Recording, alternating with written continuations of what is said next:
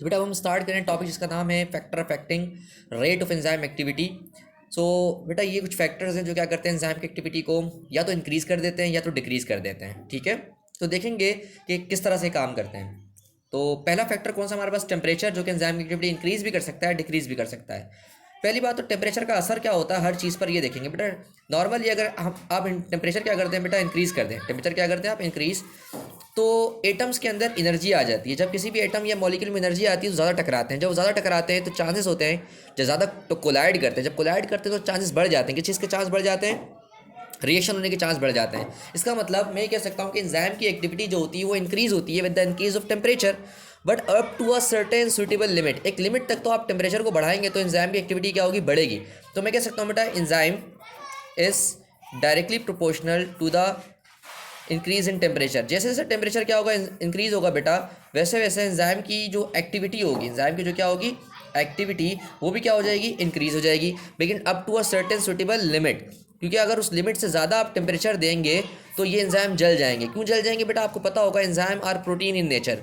Enzyme जो होते हैं वो क्या होते हैं, प्रोटीन इन नेचर होते हैं। अगर आप, और आपने ये भी मैंने लास्ट टाइम ये भी बताया था आपको कि एंजाइम जो होते हैं उनका एक मसला ये कि वो टर्शरी एंड क्वाटरनरी स्ट्रक्चर्स हैं। और क्वाटरनरी और टर्शरी स्ट्रक्चर कब बनते हैं, जब सेकेंडरी स्ट्रक्चर घूमता है बहुत ज़्यादा। जब सेकेंडरी स्ट्रक्चर की जो चेन होती है अमाइनो एसिड्स की, आपने पढ़ा था सेकेंडरी स्ट्रक्चर की अमाइनो एसिड की चेन होती है। अगर आपको याद नहीं तो बेटा एक लेक्चर देख लें प्रोटीन वाला जाकर, उसमें मजीद आपको मिल जाएगा प्राइमरी सेकेंडरी टर्शरी स्ट्रक्चर होते क्या है। तो सेकेंडरी स्ट्रक्चर पता है कैसा होता है, एक लंबा सा धागा की तरह होता है और वो बहुत ज़्यादा क्या होता है, घुमा हुआ होता है, घूमकर टर्शरी स्ट्रक्चर बनता है। अब टर्शरी स्ट्रक्चर और आप टेम्परेचर ज़्यादा देंगे तो जो कॉइलिंग है ना ये खुल जाएगी। जब ये कॉइलिंग खुल जाएगी तो एंजाइम टर्शरी से सेकेंडरी में चला जाएगा, स्ट्रक्चर टर्शरी स्ट्रक्चर से सेकेंडरी स्ट्रक्चर में जाएगा, सेकेंडरी से प्राइमरी में चला जाएगा, और इसका मतलब वो एंजाइम इनएक्टिव हो जाएगा और एक टाइम ऐसा आएगा मुकम्मल तौर पे जल जाएगा। तो पहला एमसीक्यूज बेटा पेपर में किस तरह से बोलेगा, एंजाइम की एक्टिविटी इंक्रीज होती है विद इंक्रीज ऑफ टेम्परेचर। अच्छा एक और एमसीक्यूज के हर 10 डिग्री टेम्परेचर बढ़ाने से एंजाइम की एक्टिविटी क्या हो जाती है, डबल हो जाती है। ठीक है बेटा, पहला एमसीक्यूज क्या आएगा, हर 10 डिग्री टेम्परेचर बढ़ाने पर एंजाइम की एक्टिविटी क्या हो जाती है बेटा, इंक्रीज हो जाती है, डबल हो जाती है। ठीक है बेटा, डबल वाला एमसीक्यूज आएगा आपका।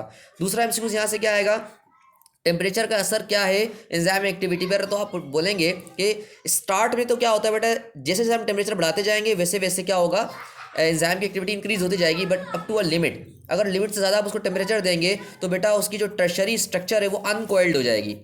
टर्शरी स्ट्रक्चर कैसे हो जाएगी बेटा, अनकॉइल्ड। अनकॉइल्ड मतलब खुल जाएगी। अनकॉइल्ड होने की वजह से ये टर्शरी स्ट्रक्चर किस में चेंज हो जाएगा, सेकेंडरी स्ट्रक्चर में। किस में चेंज हो जाएगा, सेकेंडरी स्ट्रक्चर में। और सेकेंडरी स्ट्रक्चर का मतलब ये है कि ये मजीद किस में जा सकता है, प्राइमरी स्ट्रक्चर में, और ये मुकम्मल तौर पे डीनेचर हो जाएगा, ख़राब हो जाएगी फिर प्रोटीन आपकी।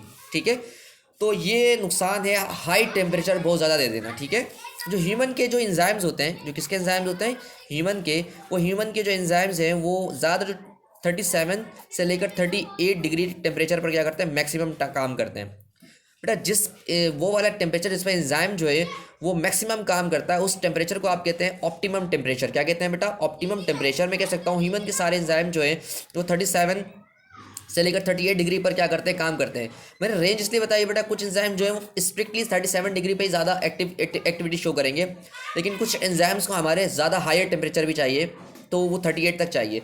मैक्सिमम एंजाइम तो 37 पे क्या करते हैं, ज़्यादा एक्टिविटी शो करते हैं अपनी। ठीक है, तो वो टेम्परेचर जिस पर एंजाइम सबसे अच्छा काम करता है उस टेम्परेचर को आप क्या नाम देते हैं, ऑप्टिमम टेम्परेचर नाम देते हैं। क्या नाम देते हैं, ऑप्टिमम टेम्परेचर। और एक और बात, इफेक्ट ऑफ एंजाइम, अगर आपने किसी टेम्परेचर को, किसी एंजाइम का आपने टेम्परेचर अगर ज़्यादा दे दिया तो क्या होगा, वो अनकॉइल्ड हो जाएगा। ये एमसीक्यूज याद रखना है आपने, टर्शरी से secondary and then so on. Next one is बेटा, एक और बात, 100 डिग्री पर एंजाइम मुकम्मल तौर पे क्या हो जाते हैं, डिस्ट्रॉय हो जाते हैं। क्या हो जाता है, डिस्ट्रॉय मतलब जल जाते हैं, खत्म हो जाते हैं। तो इस डिग्री पर तो बेटा आपका एंजाइम मुकम्मल तौर पे जल जाएगा। 0 डिग्री पर बेटा एंजाइम जो है वो इनएक्टिव हो जाता है। क्या हो जाता है, इनएक्टिव, मतलब उसकी एक्टिविटी इनएक्टिव हो जाती है, लेकिन अगर आप टेम्परेचर बढ़ाएंगे दोबारा से तो वो दोबारा एक्टिव हो जाएगा और काम करेगा। इसका मतलब 0 डिग्री के बाद चांस है कि एंजाइम दोबारा एक्टिविटी शो करेगा, लेकिन 100 डिग्री के बाद तो एंजाइम काम नहीं करेगा, वो खत्म हो चुका है। ठीक है बेटा, मर चुका है इन शॉर्ट। इसके अलावा बेटा एक पेपर में एमसीक्यूज आएगा, जो हमारे पास कुछ बैक्टीरिया ऐसे हैं जो जिनके एंजाइम 70 डिग्री तक टेम्परेचर को बर्दाश्त कर सकते हैं। कुछ बैक्टीरिया हमारे पास कैसे हैं, जिनको हम आर्ची बैक्टीरिया कहते हैं। क्या कहते हैं, आर्ची बैक्टीरिया। ये वो बैक्टीरिया बेटा जो 70 डिग्री टेम्परेचर को क्या कर सकते हैं बेटा, बर्दाश्त कर सकते हैं। इससे ज़्यादा अगर टेम्परेचर देंगे तो उनकी क्या होंगे, मसले मसाइल एंजाइम के अंदर शुरू होंगे। तो बैक्टीरिया के लिए बेटा जो इनके एंजाइम्स हैं, कुछ बैक्टीरिया हैं, सारे बैक्टीरिया ऐसे नहीं होते हैं। आर्ची बैक्टीरिया मतलब मिसाल दिख दिए, 70 डिग्री टेम्परेचर पर क्या होगी बेटा, अपनी एक्टिविटी क्या कर देगी, रिड्यूस शो करेगी, ना होने के बराबर शो करेगी। ठीक है भाई, नेक्स्ट हमारा जो असर है वो किसका है बेटा, पीएच का असर है। तो नेक्स्ट पेज पे हम देखते हैं बेटा पीएच का असर देखते हैं, ठीक है। अब पीएच का असर क्या होता है एंजाइम की एक्टिविटी पे, तो मैं आपको एक बात बता दूं, हर एक एंजाइम की अपनी ऑप्टिमम पीएच होती है। अगर उस पीएच पे आप उस एंजाइम काम करवाएंगे तो वो काम अच्छा करेगा। मिसाल की तरफ पीएच की बेटा आपको रेंज पता होगी, 7 जो है पीएच क्या है बेटा, पावर ऑफ हाइड्रोजन आयन हमें बताता है कोई चीज़ एसिडिक है या बेसिक है या न्यूट्रल है। पीएच क्या है बेटा, power of hydrogen ion concentration. और पीएच हमें किसके बारे में बताता है, पीएच हमें बताता है किसके बारे में, एसिडिक, कोई कंपाउंड एसिडिक है या बेसिक है उसके बारे में। तो उसका बेटा स्केल होता है, अगर 7 से नीचे आ जाए आंसर किसी भी सब्सटेंस का, आपने पीएच निकाली वो 7 से नीचे आ गई सब्सटेंस की, तो आप कहेंगे वो सब्सटेंस क्या है, एसिडिक सब्सटेंस है, वो क्या है, एसिडिक। और किसी की रेंज क्या आ गई बेटा, 7 से ज़्यादा आ गए तो आप कहेंगे वो क्या है बेटा, बेसिक सब्सटेंस है, वो क्या है, बेसिक सब्सटेंस, ठीक है। और 7 पे अगर पीएच का रिजल्ट कोई सब्सटेंस पे आपने निकाला पीएच उसका 7 आ गया तो क्या होगा बेटा, न्यूट्रल होगा, वो क्या होगा, न्यूट्रल।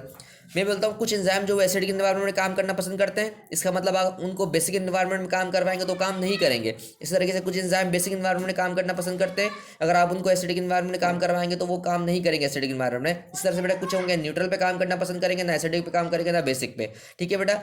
लेकिन एक बात याद रखना, एक एंजाइम हमारे पास ऐसा भी है जो एसिडिक पे भी काम कर लेता है, बेसिक पे भी काम कर लेता है, न्यूट्रल पे भी काम कर लेता है, वो पपाया के अंदर होता है। उस एंजाइम का नाम है पपेन।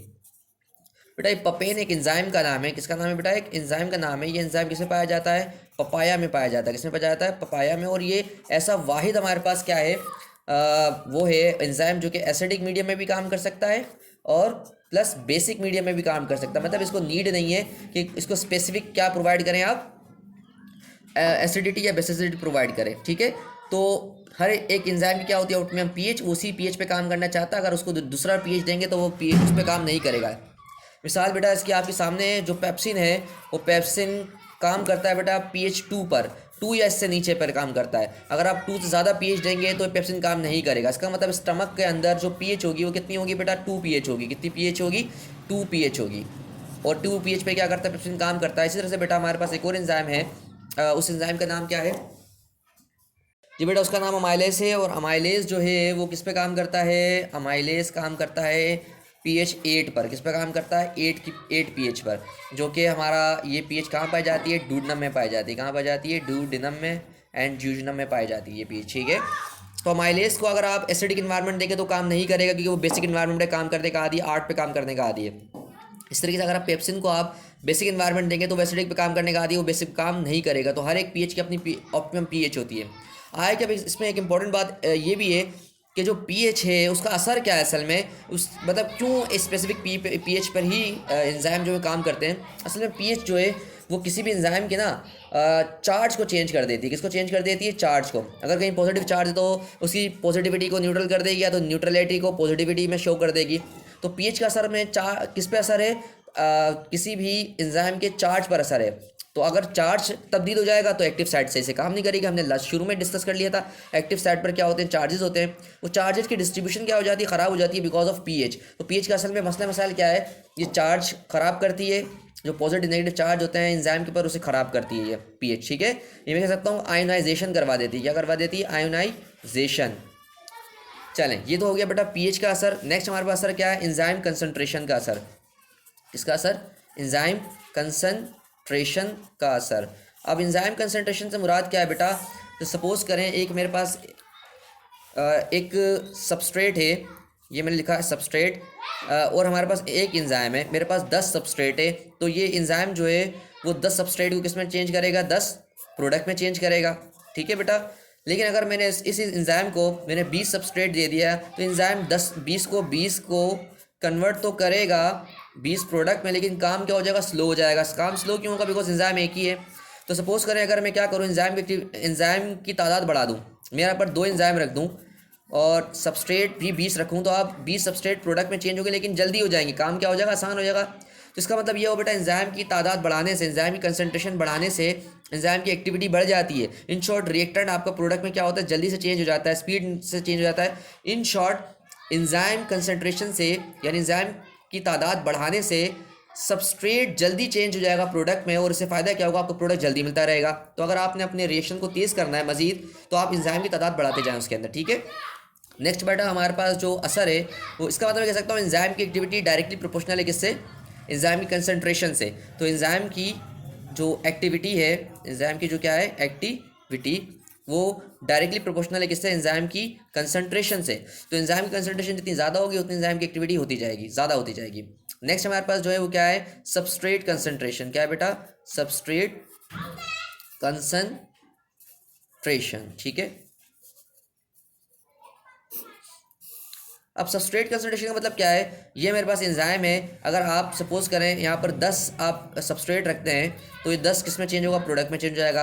अगर यहाँ पर 20 सबस्ट्रेट रखते हैं तो 20 प्रोडक्ट में चेंज हो जाएगा। लेकिन एक अगर ये जो एंजाइम है, ये एंजाइम के पास ताकत है सिर्फ 50 को एक साथ डील करने की, यानी कि 50 सबस्ट्रेट को ये एक वक्त में प्रोडक्ट में चेंज कर सकता है। तो अगर आपने एक इस एंजाइम को जो कि 50 सबस्ट्रेट को 50 प्रोडक्ट में कन्वर्ट कर सकता था, अगर आप इसको क्या प्रोवाइड कर दें, 100 सबस्ट्रेट प्रोवाइड कर दें, तो क्या 100 ये एंजाइम 100 सबस्ट्रेट को कन्वर्ट कर पाएगा, प्रोडक्ट में नहीं कर पाएगा। इसका मतलब ये हो गया कि इनिशियली अगर मैं नॉर्मली शुरू में अगर मैं थोड़ा थोड़ा सबस्ट्रेट की तादाद बढ़ाऊँ तो एंजाइम की एक्टिविटी क्या होगी, इंक्रीज होगी, क्योंकि उसको ज़्यादा काम करना पड़ेगा।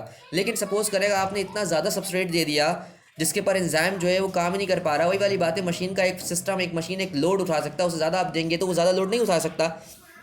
तो यहाँ से बेटा ये बात प्रूफ हो रही है कि अगर आप नॉर्मली इनिशियली क्या दें, सबस्ट्रेट देते रहें तो एंजाइम की एक्टिविटी क्या होगी, इंक्रीज होगी, क्योंकि वो ज़्यादा काम करेगा। लेकिन अगर आपने उस बहुत ज़्यादा सबस्ट्रेट एक साथ दे दिया तो एंजाइम की एक्टिविटी क्या हो जाएगी, इनहिबिट हो जाएगी, एंजाइम अपना काम करना छोड़ देगा, बिकॉज आपने ज़्यादा ओवरलोड कर दिया उसको। तो मैं कह सकता हूँ कि इनिशियली क्या होगा बेटा, इनिशियली एंजाइम की एक्टिविटी क्या होती है, इंक्रीज होते हैं। एंजाइम की एक्टिविटी क्या होती है, इंक्रीज होती है with the increase of substrate concentration. जितनी सबस्ट्रेट बढ़ाएंगे उतना प्रोडक्ट बढ़ेगा, लेकिन एक लिमिट तक, अगर लिमिट से ज़्यादा आपने सबस्ट्रेट दे दिए तो एंजाइम काम नहीं करेगा, अपना काम छोड़ देगा। तो ये था असर किसका, सबस्ट्रेट कंसंट्रेशन का। नेक्स्ट हमारे पास जो है असर वो किसका है बेटा, इनहिबिटर्स का। बेटा इनहिबिटर किसे कहते हैं, हर वो चीज़ जो एंजाइम की एक्टिविटी को क्या कर देता है, डिक्रीज कर देता है। इनहिबिटर किसे कहते हैं, हर वो चीज़ जो एंजाइम की एक्टिविटी को क्या कर देता है, डिक्रीज कर देता है। हर उस चीज़ को आप क्या नाम देते हैं, इनहिबिटर का नाम देते हैं। बेटा इनहिबिटर क्या होती है, 3 टाइप होती हैं। एक हमारे पास क्या होता है, कॉम्पिटिटिव इनहिबिटर होता है। क्या होता है, कॉम्पिटिटिव इनहिबिटर।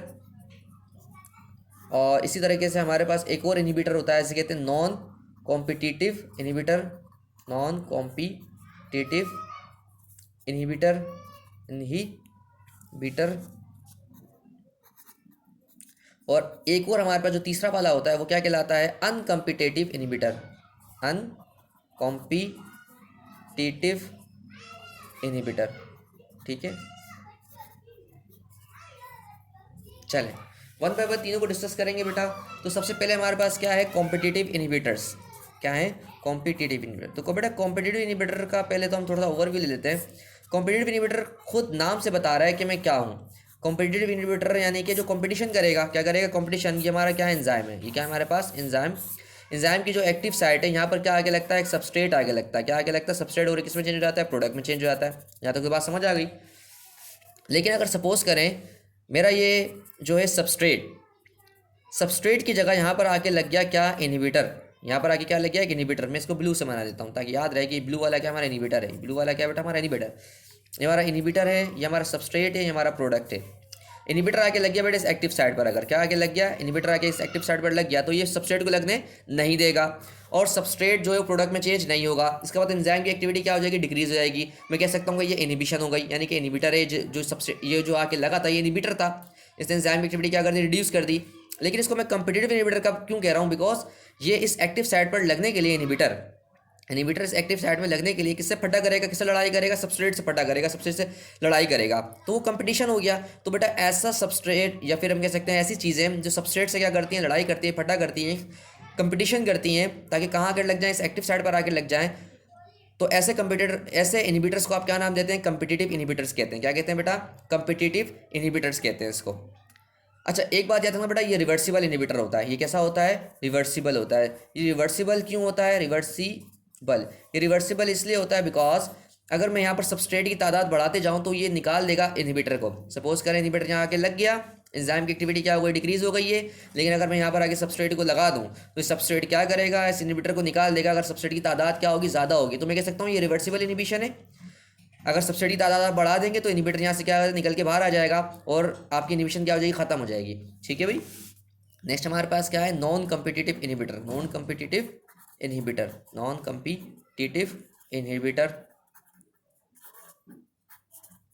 चलें जी बेटा, नॉन कॉम्पिटिटिव इनहिबिटर क्या है इसको डिटेल से देख लेते हैं। नॉन कॉम्पिटिटिव किसने कहते हैं, हमने लास्ट शुरू में ही इस उसके अंदर जब हम ये स्टार्ट कर रहे थे लेक्चर, तो हमने कहा था एक तो हमारे पास होती है एक्टिव साइट, ये आ रही, और एक होती है एलोस्टेरिक साइट। क्या था, एलोस्टेरिक साइट। एक्टिव साइट तो हमने देख ली। अगर कोई इनहिबिटर आके लग जाए एलोस्टेरिक साइट पर, कोई इनहिबिटर आके लग जाए कहाँ पर, एलोस्टेरिक साइट पर, तो एलोस्टेरिक साइट पर आके लगने की वजह से ये एंजाइम की एक्टिविटी क्या हो जाएगी, डिक्रीज, बिकॉज इनहिबिटर आके लगा है। अगर इनहिबिटर आके लगा है तो एंजाइम की एक्टिविटी क्या कर देगा, डिक्रीज कर देगा। ये बात तो हमने मान ली। लेकिन ये क्या करेगा, इरिवर्सिबल इनहिबिशन। ये कोई कंपटीशन तो नहीं कर रहा है ना। देखो कंपटीशन कब बनता है, जहाँ पर सबस्ट्रेट आगे लगता है। सबस्ट्रेट तो यहाँ आगे लगता है, अगर यहीं पर इनहिबिटर पे आगे लगेगा तो इनहिबिटर इस सबस्ट्रेट के साथ फड्डा करेगा यहाँ पर लगने के लिए, हम कहेंगे वो कॉम्पिटिटिव था। लेकिन यहाँ तो आगे नॉन कॉम्पिटिटिव इनहिबिटर नहीं लग रहा। नॉन कॉम्पिटिटिव इनहिबिटर कहाँ आगे लग रहा है, एलोस्टेरिक साइड पर। तो एलोस्टेरिक साइड पर लगने की वजह से मैं कह सकता हूँ ये कॉम्पिटिशन नहीं करेगा सबस्ट्रेट्स के साथ एक्टिव साइड पर लगने के लिए, डायरेक्ट आगे लगेगा एलोस्टेरिक साइड पर। इसलिए नाम क्या रखा हमने इसका, नॉन कॉम्पिटिटिव इनहिबिटर। नाम क्या रखा, नॉन कॉम्पिटिटिव इनहिबिटर। और उसका दूसरा नाम क्या है, ये इरिवर्सिबल होते हैं। क्या होते हैं बेटा, इरिवर्सिबल। इरिवर्सिबल क्यों कहते हैं बेटा, इसको इरिवर्सिबल इसलिए कहते हैं बिकॉज एक बार यहाँ के लग गया तो एंजाइम की एक्टिविटी हमेशा के लिए क्या हो जाएगी, खत्म। एंजाइम दोबारा कभी काम नहीं करेगा। क्यों नहीं काम करेगा, बिकॉज क्योंकि ये इसको निकालने के लिए यहाँ पर कोई वो सबस्ट्रेट तो मौजूद नहीं है कि इसको यहाँ से निकाल दे। ये तो हमेशा यहाँ पर परमानेंट लगा रहेगा। तो परमानेंट लगने की वजह से मैं कहूँगा एलोस्टेरिक साइड पर ये जो नॉन कॉम्पिटिटिव इनहिबिशन होती है वो कैसी होती है, जिसके अंदर ये इरिवर्सिबल होती है और एलोस्टेरिक साइड पर आके इनहिबिटर आके लगता है। ठीक है भाई, तो ये तो हमारा हो गया नॉन कॉम्पिटिटिव। एक होता है बेटा अनकॉम्पिटिटिव। एक क्या होता है हमारे पास, अनकॉम्पिटिटिव। जो हमारे पास अनकॉम्पिटिटिव इनहिबिटर होते हैं। अच्छा, इसको अनकॉम्पिटिटिव क्यों कहते हैं, इसकी मिसाल दे रहा हूँ छोटी सी आपको।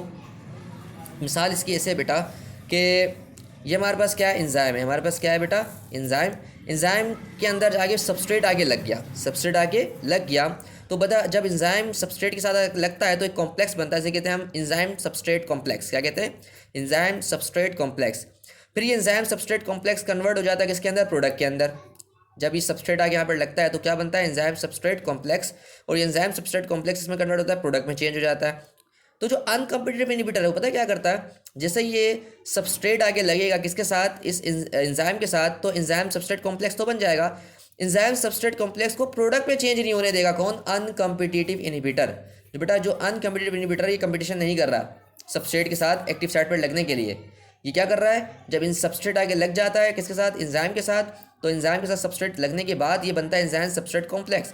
ये एंजाइम सबस्ट्रेट कॉम्प्लेक्स इसमें कन्वर्ट होता है प्रोडक्ट में। लेकिन जो हमारे पास अनकॉम्पिटिटिव इनहिबिटर है वो क्या करता है, वो इस एंजाइम सबस्ट्रेट कॉम्प्लेक्स को प्रोडक्ट में चेंज नहीं होने देता। बस ये इसलिए कहते हैं इसको अनकॉम्पिटिटिव है।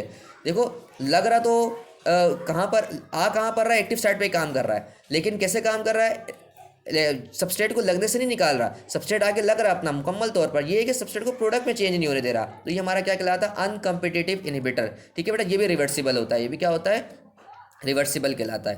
तो अगेन बेटा हमारे पास कॉम्पिटिटिव, नॉन कॉम्पिटिटिव है, अनकॉम्पिटिटिव। इसके अलावा बेटा एक और होती है फीडबैक इनहिबिशन। एक क्या होती है हमारे पास, फीडबैक इनहिबिशन। अब ये फीडबैक इनहिबिशन किसे कहते हैं बेटा, फीडबैक इनहिबिशन का मतलब क्या होता है, हम सपोज करें कि हमारे पास एक एंजाइम है, सपोज करें कि हमारे पास क्या है, एक एंजाइम। इस एंजाइम के साथ सबस्ट्रेट आगे लगा और बहुत सारे प्रोडक्ट में चेंज हो गए, सबस्ट्रेट आगे लगा प्रोडक्ट में चेंज हो गया और बहुत सारे प्रोडक्ट हो गए। मतलब कि इतने ज़्यादा प्रोडक्ट हो गए हमारे पास कि अब मज़ीद प्रोडक्ट की ज़रूरत नहीं थी। तो यही प्रोडक्ट आके क्या करता है बेटा, यहाँ पर आके लग जाता है इस एक्टिव साइट पर और कंपिटिटिव इनहिबिटर की तरह काम करना शुरू कर देता है। यही जो हमारे पास प्रोडक्ट है, हमारा जो प्रोडक्ट हमने बनाया था रिएक्टेंट के जरिए, ये इतना ज़्यादा हो गया है कि इसका इस्तेमाल कम पड़ गया है, लेकिन ये बॉडी में ज़्यादा हो गया। तो ये प्रोडक्ट ही क्या करता है, इस एंजाइम के साथ आके लग जाता है। और एंजाइम के साथ आके क्यों लगता है, ताकि मजीद सबस्ट्रेट जो है वो प्रोडक्ट में चेंज ना हो। तो यहाँ पर ये प्रोडक्ट जो आके लगता है ये किसकी तरह काम कर रहा होता है, कंपिटिटिव इनहिबिटर की तरह आप काम कर रहा होता है। तो मैं कह सकता हूँ कि जो हमारी फीडबैक इनहिबिशन है, जो हमारी क्या बेटा, फीडबैक इनहिबिशन बिल्कुल किसकी तरह होती है, कंपिटिटिव इनहिबिटर की तरह होती है। एक और बात, समटाइम क्या करता है बेटा, जो हमारा प्रोडक्ट है, समटाइम हमारा जो प्रोडक्ट है ये वाली साइड पर आके नहीं लगता एक्टिव साइड पर, कहाँ आके लग जाता है, इलेक्ट्रोलिक साइड पर। तो अगर सपोज करें ये प्रोडक्ट आके एलोस्टेरिक साइड पर आके लग गया एक बार, तो ये बात तो याद रखनी है कि ये एंजाइम क्या हो जाएगा, मुकम्मल तौर पर इनहिबिट, फिर ये दोबारा कभी काम नहीं करेगा, तो नया एंजाइम बनाना पड़ेगा काम करवाने के लिए। तो बेटा याद रखना कि जो फीडबैक इनहिबिशन है उसमें क्या होता है, प्रोडक्ट ही आगे लग जाता है एक्टिव साइड पर या एलोस्टेरिक साइड पर आके लग जाता है और मजीद रिएक्टेंट को प्रोडक्ट में चेंज होने नहीं देता। ये तो हमारे क्या थे बेटा, factor affecting rate of enzyme activity. ठीक है भाई, नेक्स्ट हम पढ़ेंगे बेटा types of enzymes. Types of enzyme कितनी तरह के होते हैं वो देखेंगे। ठीक है भाई।